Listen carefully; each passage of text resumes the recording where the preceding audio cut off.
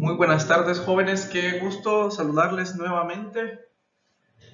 Siempre con esta modalidad para dar explicación al contenido de la guía que se les envía. El tema que vamos a hablar son ya cuestiones concretas de lo que son las funciones del Estado. Ya vimos la definición de Estado, ya vimos los elementos. Les voy a pedir de favor que lean la definición que tienen de Estado. Y se van a dar cuenta que ahora lo vamos a comprender porque ya entendemos cuáles son los elementos del Estado. Si ya tenemos claro qué son los elementos del Estado, pues ya vamos a entender la definición. Pero me voy a concretar a hablar de cuáles son las funciones del Estado. A lo largo que hemos venido estudiando desde la primaria, se nos ha hablado que el Estado de Guatemala está integrado por tres poderes, que está el poder ejecutivo, el legislativo y el judicial, y eso es lo que voy a explicar el día de hoy. ¿Cuáles son las funciones entonces del Estado? Primero tenemos la función legislativa. La pregunta sería, ¿quiénes integran el organismo legislativo? En este caso la integran los diputados al Congreso de la República de Guatemala. Por ellos está integrado la función legislativa.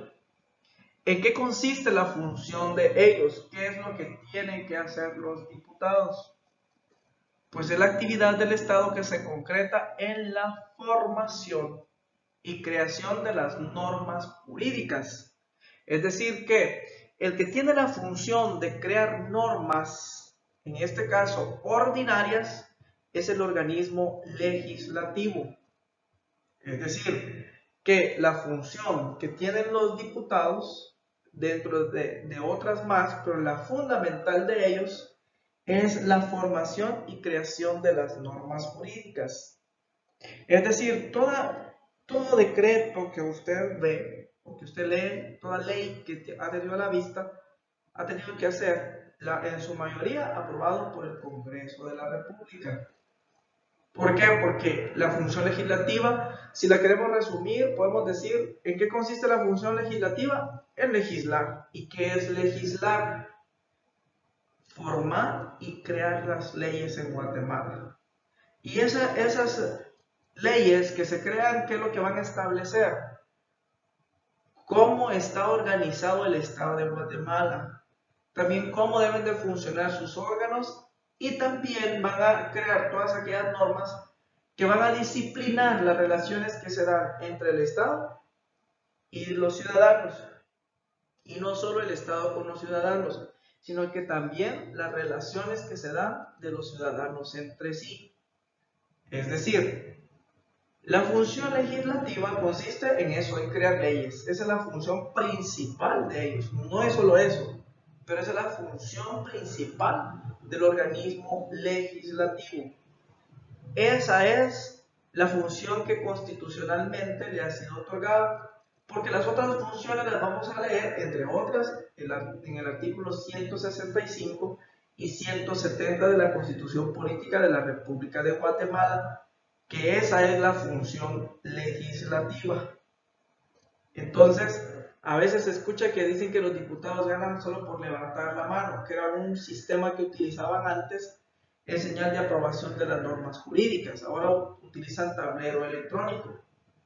¿Pero por qué? Porque ellos son los que aprueban las normas jurídicas en Guatemala. Lastimosamente, nuestra Constitución establece que para ser diputado al Congreso de la República basta que hayamos nacido en Guatemala y que tengamos 18 años. Ni siquiera pide como requisito la ley máxima, es decir, la Constitución Política para ser diputado, es que sepamos leer y escribir. De hecho, han habido diputados que no saben leer y escribir. Con esto que estoy diciendo, por eso tenemos las normas que tenemos. Sin embargo, ya han ido mejorando un poco. Porque es cierto que están los diputados y que tienen asesores, pero a veces es ahí donde se cometen los errores. ¿Por qué? Porque no pide ni siquiera un grado académico en nuestra Constitución para que vaya a ocupar un puesto ahí al Congreso de la República. Esa es la función legislativa. ¿Cuál es la otra de las funciones del Estado? Está la función judicial o jurisdiccional. El Congreso de la República, la función legislativa de ellos es crear la ley. ¿Y qué debe de hacer el organismo judicial? ¿Quiénes integran el organismo judicial? Los jueces y magistrados de la Corte Suprema de Justicia. Ellos la integran. ¿Y en qué consiste la función de ellos? En lograr que esas normas jurídicas que se encuentran, ¿por qué preconstituidas? Porque ellos tienen que juzgar en base a la norma que ya está creada. No pueden venir ellos a querer juzgar con algo que se van a inventar. Por eso es normas jurídicas preconstituidas, es decir, que ya tienen que existir las normas de lo que ellos van a juzgar. Entonces, lo que hace el organismo judicial es velar porque se cumplan las normas jurídicas preconstituidas. ¿De qué manera lo van a hacer ellos? Mediante la emisión de resoluciones. Es decir, que para resolver tienen que emitir resoluciones los jueces y magistrados. ¿Con qué? Con fundamento en las normas jurídicas preconstituidas. Es decir, que al momento de resolver, un juez o magistrado no va a resolver según mi opinión, no, es de conformidad con la ley. ¿Y qué van a resolver ellos? Pues las controversias que surgen entre los particulares. Se habla de particulares al mismo nivel, donde no interviene el Estado para nada, como también las relaciones que se dan con las controversias que se dan entre los particulares y también algún ente público. Y en este caso, en algunas ocasiones lo hacen también mediante la actuación coactiva de las sentencias. ¿A qué se refiere lo coactiva? Que ahí coloqué en vez de una A, una E. La actuación coactiva significa que es someter a la fuerza. ¿Sí? Es decir, de que ya no dejan tanto a la voluntad del ser humano, sino que o la cumple o la cumple. Lo coactivo en eso consiste en que el Estado debe de imponer el cumplimiento de las normas si en algún momento dado hay vulneración o se violentó alguna norma jurídica. Entonces, la función judicial en eso consiste. Entonces ya nos dimos cuenta, el organismo legislativo forma o crea la ley. Lo que hace la función judicial es que tiene que ver la observancia, que las normas que han sido creadas, la gente las cumpla. Eso es lo que hace la función judicial o jurisdiccional mediante ¿qué? Las normas jurídicas. ¿Y cómo lo hacen? Emitiendo resoluciones. ¿En base a qué? A las controversias que existen. Y ahí tenemos el fundamento legal, que eso significa FL, fundamento legal, el artículo 203 en el tercer párrafo de la Constitución Política de la República de Guatemala. Y veamos la tercera función del Estado, la función ejecutiva. ¿Quiénes integran el organismo ejecutivo? Si ya dijimos que el legislativo lo integran los diputados al Congreso y la función o el organismo judicial lo integran los jueces y magistrados, ¿quiénes integran el organismo ejecutivo? Lo integra el presidente, vicepresidente y los ministros de Estado. Ellos la integran. ¿Y en qué consiste la función ejecutiva? Esta consiste en ejecutar y hacer que se ejecuten las leyes. Hay quienes hablan de actividad administrativa, dándole a esa función una mayor extensión. ¿Por qué? ¿En qué consiste esa mayor extensión? Porque comprende la actividad de ejecución jurídica y de administración propiamente dicha. La mayor parte de trabajo frente a la población la tiene el organismo ejecutivo. ¿Por qué? Porque es el ejecutivo el que tiene que llevar a cabo a través de la administración pública el dirigir prácticamente la prestación de los servicios públicos para la población. ¿Para qué? Para así satisfacer necesidades públicas. Entonces, sin embargo, ustedes el próximo año que pasen a sexto van a llevar un curso que es Organización Administrativa de Gobierno y ahí casi se van a enfocar mucho en la función ejecutiva. ¿Por qué? Porque al hablar de la función ejecutiva estamos hablando de la administración pública. ¿Por qué? Porque es ahí donde se lleva a cabo la mayor parte de actividades frente a la población, porque es ahí donde tienen que satisfacerse las necesidades básicas, a través de la prestación de los servicios públicos. Por eso están los ministerios. ¿Por qué? Porque a través de los ministerios se supone que a través de eso satisfacen necesidades de la población. Entonces, recapitulo, el organismo legislativo lo integran diputados al Congreso.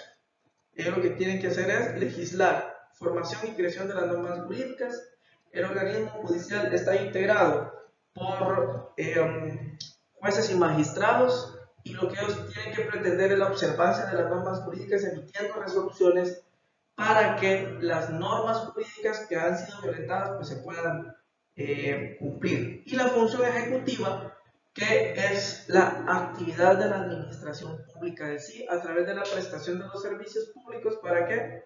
Para satisfacer necesidades públicas. Y el fundamento legal de la función ejecutiva lo vamos a encontrar en el artículo 183, 191 y 194 de la Constitución Política de la República de Guatemala. Esas son las funciones del Estado. Aquí prácticamente con este tema ya estamos dejando el tema introductorio que teníamos, lo que era el Estado y el derecho. Ya vimos prácticamente todo lo que es el Estado, y así a grosso modo, porque si hablamos del Estado podemos pasar todo el año hablando propiamente de lo que es el Estado, pero como acá es únicamente que ustedes tengan una noción. Entonces ya vimos qué es el Estado, vimos los elementos del Estado, y ahora terminamos este tema con las funciones del Estado. ¿Por qué? Porque ahora entramos a otro tema. ¿Cuál es el tema que continúa? Los conceptos jurídicos fundamentales. ¿Qué vamos a ver en los conceptos jurídicos fundamentales? Vamos a ver lo que es la persona desde el punto de vista jurídico. ¿Y qué es persona desde el punto de vista jurídico? Persona es el ser animal dotado de razón, de conciencia y de libertad. Si leemos la definición de hombre, que eso fue lo que vimos desde el principio, podemos hacer una comparación de la definición, pero nos vamos a dar cuenta que con la definición de hombre, esa es nuestra naturaleza, ser hombres, hombres y mujeres, hablando de género. Esa es nuestra naturaleza, pero no nos quedamos solo ahí. Nos elevaron al papel de la dignidad de ser persona. ¿Por qué? Porque somos dotados de razón, tenemos conciencia y tenemos libertad. ¿Sí? Libertad. Y por eso somos poseedores de esa dignidad excepcional entre los demás que ha sido creado, los animales y las cosas. Es decir, tenemos ese papel excepcional por eso, porque tenemos razón, tenemos conciencia y tenemos libertad. Solo el ser humano tiene la capacidad de reflexionar y de actuar frente a un acontecimiento, que es la conciencia. Los animales no. Un perro muerde a una persona, el perro no va a dejar de dormir sintiéndose mal porque mordió a alguien. Prácticamente su naturaleza. Nosotros por eso no solo somos hombres, sino que se nos elevó a ser personas. Y por eso, por estas características que tenemos, nos hacen algo muy especial. ¿Por qué? Porque vamos a jugar un papel excepcional en todo lo que ha sido creado. Y por eso nos hace aptos para poseer personalidad jurídica. ¿Y para qué necesitamos la personalidad jurídica? Pues para adquirir derechos y contraer obligaciones. Para eso. Entonces ese papel excepcional que nos ha sido otorgado por el hecho de ser persona. No solo nos quedamos en hombre, se nos elevó a la dignidad de ser persona. Somos dotados de razón, de conciencia y de libertad. ¿Qué vamos a ver entonces ahora de la persona? ¿Cómo se clasifican? Las personas se clasifican en dos. La persona individual, que también recibe el nombre de persona física o natural, pero es lo mismo. Y la segunda clasificación es la persona colectiva, moral, social y también a veces se le llama jurídica. Entonces, cuando se habla de una clasificación de persona, ¿qué vamos a responder? ¿En cuánto se clasifican las personas? En dos. ¿Cuáles son? Persona individual y persona colectiva. ¿Qué otro nombre recibe la persona individual? Personas físicas y personas naturales.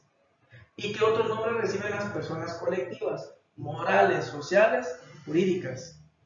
Sin embargo, el llamar a la persona colectiva persona jurídica, estaríamos cayendo en un error, porque la persona individual también es persona jurídica, porque se es sujeto de derechos y obligaciones.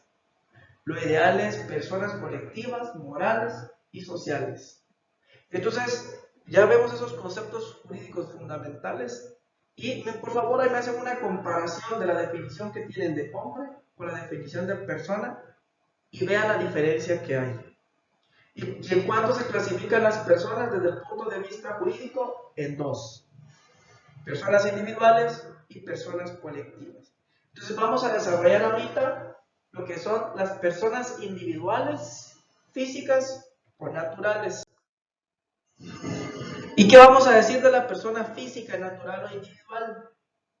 Que nosotros, como personas, realizamos una actividad que tiene múltiples e importantes manifestaciones. Por ejemplo, dormimos. Es decir, este tipo de acciones son indiferentes para el derecho. Dormimos, comemos, leemos. Es decir, ¿qué pasa si yo no duermo? Desde el punto de vista jurídico, ¿me van a sancionar? No. ¿Qué pasa si yo duermo de más? Nada. Legalmente no nos van a hacer nada, porque esa serie de actividades que hacemos son indiferentes para el derecho. Si usted quiere no se bañe una semana, ¿quién lo va a sancionar por no bañarse una semana? Nadie. Los que están a la par que lo aguanten porque no se baña una semana. ¿Pero lo van a sancionar por eso? No. ¿Por qué? Porque son acciones indiferentes para el derecho. Lo mismo cuando algunas de sus acciones cobran significación ética, tampoco el derecho se hace presente. Por ejemplo, a veces se insiste el catedrático con el alumno a decirle: mire, no más que chicle dentro del salón de clases.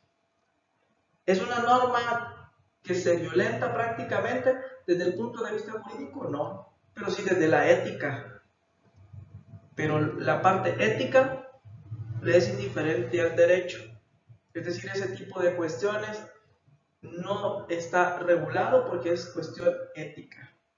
Que usted es un chismoso, es cuestión ética. Ahí prácticamente el derecho no se va a meter en nada. ¿Cuándo entonces sí va a entrar en juego el derecho? Cuando el hombre quiere otorgar testamento, celebra un contrato, se adopta un hijo, entre otras cosas más. Ahí sí, nuestras acciones entran en el campo jurídico.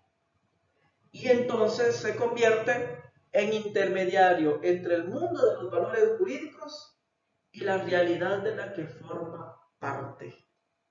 ¿Sí? Entonces, hay ciertas cuestiones muy personales que son indiferentes para el derecho, y para eso no va a existir un castigo, una sanción desde el punto de vista jurídico. Igual cuando sea cuestión ética, tampoco se mete el derecho. Hay cuestiones en las que sí tienen relevancia jurídica, ya entran a formar parte de los valores jurídicos, ahí sí ya está regulado. ¿Sí? Entonces, es el tema que tengo que explicar para el día de hoy.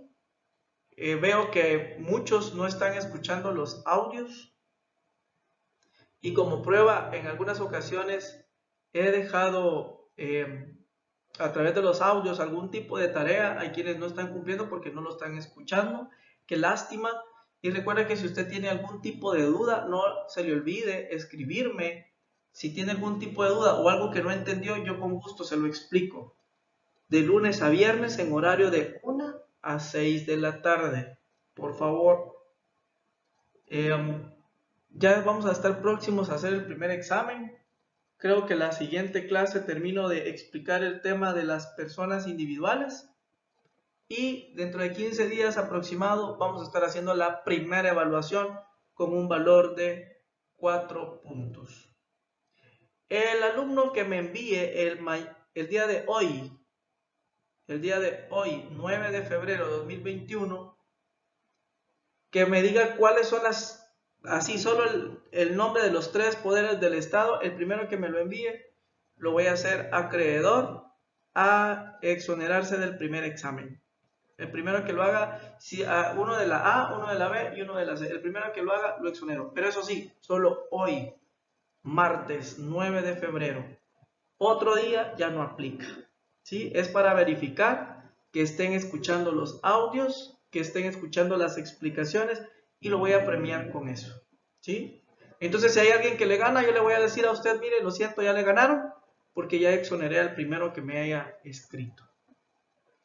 En total van a transcribir 106 artículos, se los voy pidiendo, 103, perdón, se los voy pidiendo por pocos para que me lo envíen de una semana a otra, y lo dividí en 20. En total van a ser 5 laboratorios de texto paralelo que me van a enviar, que van a estar distribuidos de esos artículos. Puede que en un momento dado, según el actual, vaya a cambiar de decisión y les puedo variar en una explicación una actividad de clase y no necesariamente a través de un laboratorio.